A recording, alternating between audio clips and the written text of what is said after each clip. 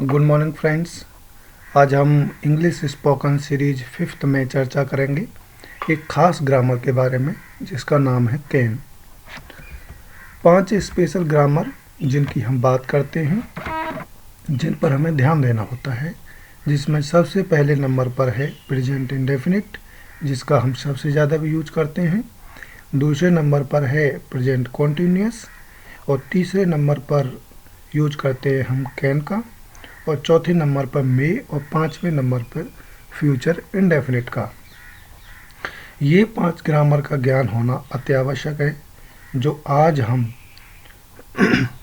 हम तीसरे नंबर का मोस्ट इम्पोर्टेंट ग्रामर के बारे में चर्चा करेंगे, जिसका नाम है कैन।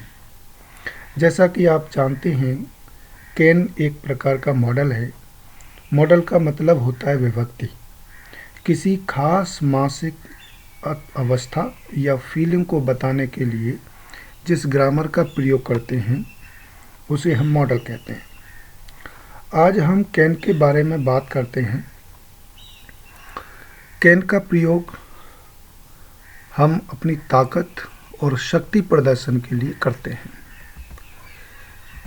यदि हम कैन की पहचान की बात करें, आइडेंटिफिकेशन की बात करें, तो जिन वाक्यों के अंत में, जिन सेंटेंस के अंत में सकता है, सकती है, सकता हूँ, ये आदि शब्द आते हैं, तो ये आप पहचान सकते हैं कि वहाँ पर हम कैन का प्रयोग करेंगे। जैसे मैं कार चला सकता हूँ, मैं अंग्रेजी बोल सकता हूँ, नेहा खाना बना सकती है।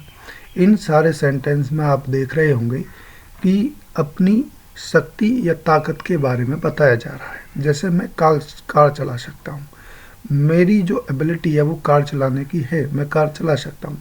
तो यहाँ पर अपनी ताकत के बारे में, अपनी शक्ति के बारे में प्रदर्शित किया गया है। तो ये इसकी पहचान है, कहाँ पर कैन का प्रयोग करते हैं।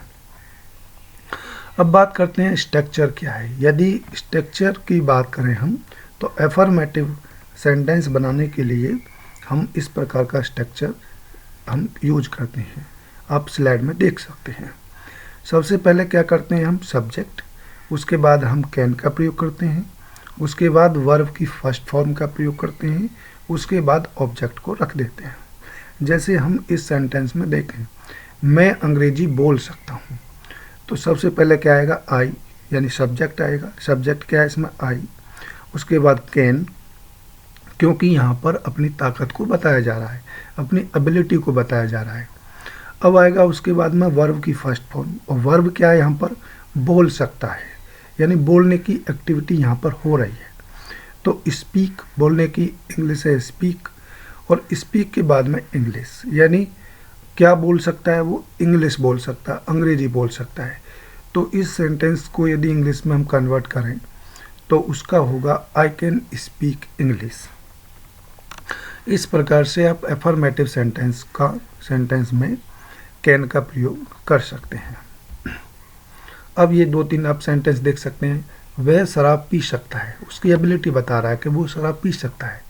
तो वह क्या है, सब्जेक्ट ही, उसके बाद कैन, उसके बाद पी सकता है, यानी एक्टिविटी क्या हो रही है, पीना। तो ड्रिंक, ड्रिंक माने पीना। द वाइन, क्या पी सकता है, वाइन पी सकता है। तो he can drink the wine. इसी प्रकार से नेक्स्ट सेंटेंस आप देखेंगे कि राम सड़क पर दौड़ सकता है, उसकी दौड़ने की एबिलिटी बताई जा रही है सेंटेंस में। तो Ram can run on the road, और राम सड़क पर दौड़ सकता है। यदि हम नेगेटिव सेंटेंस की स्ट्रक्चर की बात करें, तो नेगेटिव सेंटेंस में हम क्या करते हैं, subject plus can plus not plus verb की फर्स्ट फॉर्म प्लस ऑब्जेक्ट। यदि इसमें हम देखें नीचे सेंटेंस में, मैं इंग्लिश नहीं बोल सकता, तो मैं इंग्लिश नहीं बोल सकता, तो इसको हम कैसे बनाएंगे, मैं क्या, सब्जेक्ट, कैन, उसके बाद नॉट, उसके बाद स्पीक, उसके बाद इंग्लिश। तो यहाँ पर आई क्या है, सब्जेक्ट, और कैन का हम प्रयोग कर ही रहे हैं यहाँ पर, और स्पीक माने वर्ब की फर्स्ट फॉर्म, और इंग्लिश यहाँ पर है ऑब्जेक्ट। तो इस प्रकार से आप नेगेटिव सेंटेंस को भी बना सकते हैं। ये नेगेटिव सेंटेंस बनाने का स्ट्रक्चर है। यहाँ पर आप देख सकते हैं नेगेटिव सेंटेंस के दो एग्जाम्पल्स दे रखे हैं। मैं गाना नहीं गा सकता, I can not sing song. मैं गाना नहीं गा सकता, तो यहाँ पर आई क्या है, सब्जेक्ट, और कैन नॉट का प्रयोग हम कर ही रहे हैं।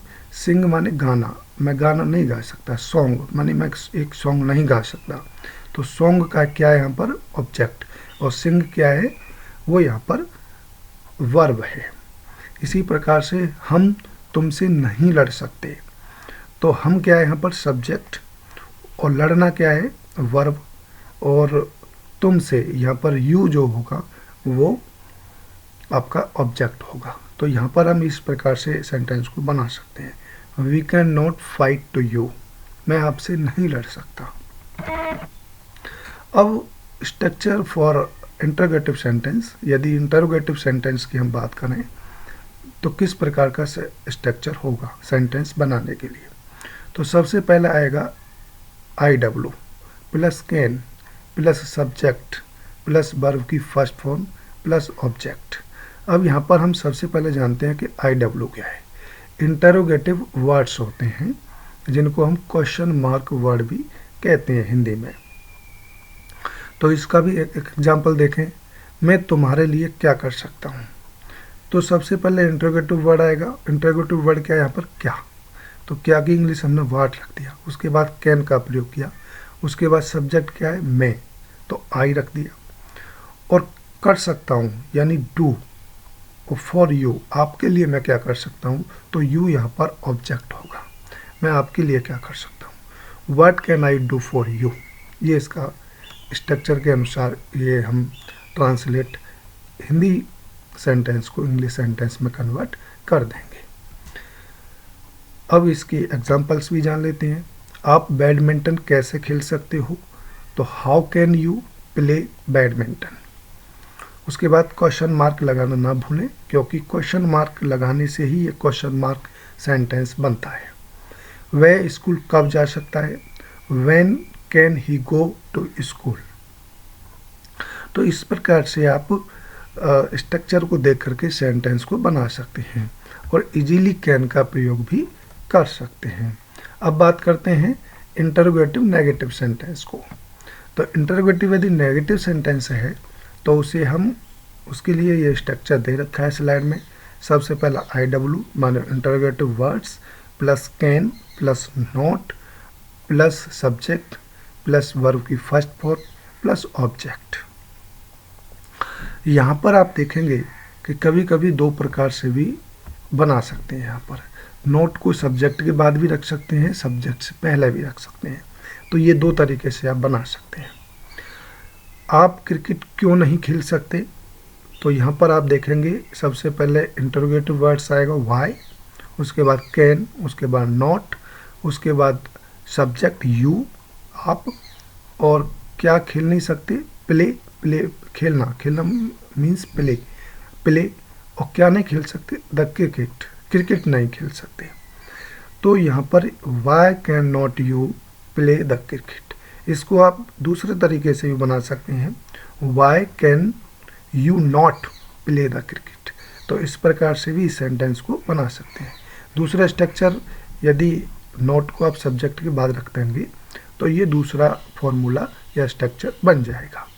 तो इस प्रकार से आप इंटरोगेटिव नेगेटिव सेंटेंस को भी बना सकते हैं। अब इसके एग्जांपल्स के बारे में देख लेते हैं।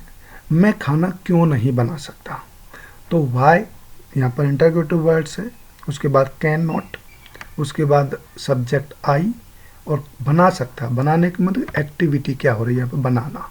तो कुक, कुक माने बनाना, द फूड, फूड क्या हुआ यहाँ पर, ऑब्जेक्ट हुआ। उसके बाद क्वेश्चन मार्क वर्ड। तो why can not I cook the food, मैं खाना क्यों नहीं बना सकता। नेक्स्ट सेंटेंस है मैं स्कूल कैसे नहीं जा सकता, how can not I go to school, मैं स्कूल कैसे नहीं जा सकता। तो हाउ क्या है यहाँ पर, इंटरोगेटिव वर्ड्स है।